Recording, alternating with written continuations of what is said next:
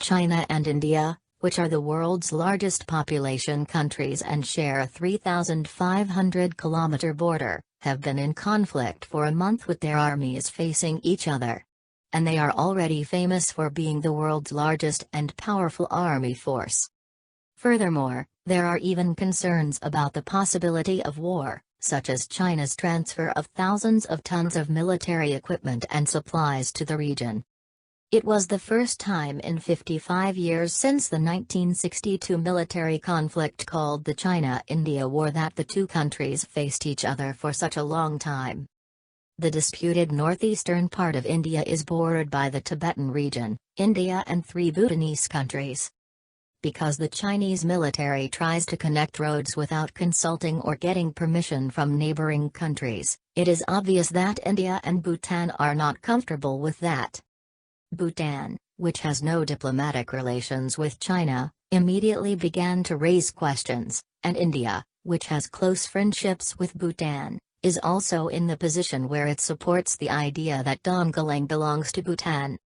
Furthermore, there are concerns that roads will make it easier for Chinese forces to occupy key areas linked to 7 states in northeastern India, possibly isolating them from mainland India.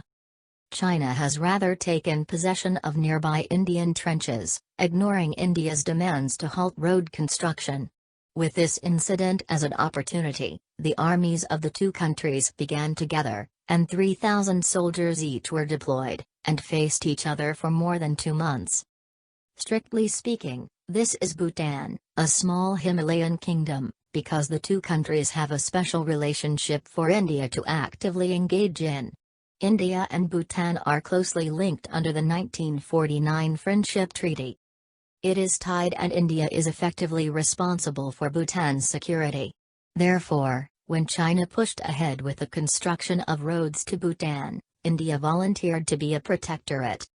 In the midst of this, a Chinese Defense Ministry spokesman touched on the Sino-India War, which ended with China's victory, in 1962, and asked for a surrender. However, the Indian Defense Minister has rather deployed 3 Indian divisions and a very strong and elite force to move to the border area, evacuating more than 100 neighboring villagers to avoid any casualties. India, along with the US and Japan, unveiled maritime drills in the Gulf of Bengal waters in the Indian Ocean as China conducted live-fire drills using tanks, armored vehicles, self-propelled guns, missiles and other heavy weapons near the disputed area. The joint exercise, named Malibal, was conducted by the U.S. Navy's nuclear-powered aircraft carrier Nimitz, Japan's large aircraft carrier Izumo, and Indian aircraft carriers to prevent China crossing to the Indian Ocean in advance. With border disputes leading to a volatile situation, which of the two countries has the upper hand in terms of military power?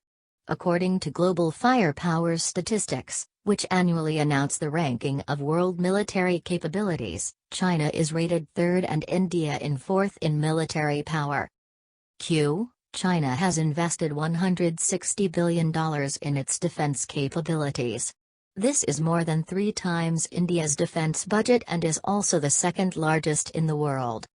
In terms of the number of troops currently available, China is well ahead of India, which has 2.26 million and 1.36 million.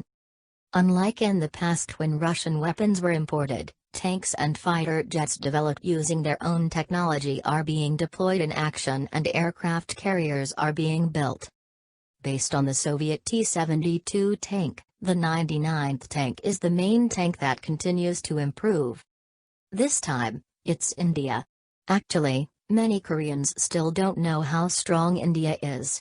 But India already has the world's 5th largest military capability. The defense budget is only $50 billion a year, but it has a much better weapon system than the US and Russia. Known as the fastest cruise missile in the world, the BrahMos missile flies 3 times faster than the US Tomahawk missile and is the most powerful missile in the world with a 300 kg high bomb warhead. Furthermore, It is considered a weapon that cannot be defended by existing anti-aircraft networks because it lowers its altitude immediately after the launch and flies to a height of about 10 meters above the surface of the water. India has maintained close military cooperation with the former Soviet Union during the Cold War, so many of its weapons came from Russia. The low-body, small-sized, highly armed and highly mobile T-90S tank is the main tank of the Indian Army, including the Sukhoi Su-30 Mki, nuclear submarines and aircraft carriers. However, the Indian government is currently working on modernizing national defense and requires a huge budget, so many of them are aging due to lacking maintenance. China has overwhelmed India in number in terms of tanks, fighter jets, and submarines, which are the main weapon systems to determine actual military power. However, the quality is more important than quantity in military forces, meaning more tanks and jets doesn't mean that they are totally stronger than India, and also the biggest variable is the United States.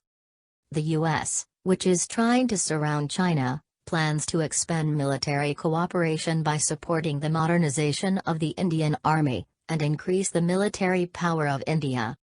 Also, Russia, a strategic partner with China, is maintaining close cooperation with India, making it difficult to expect unilateral support for China. There was no possibility of a war between two countries, and it did finish well back in 2016.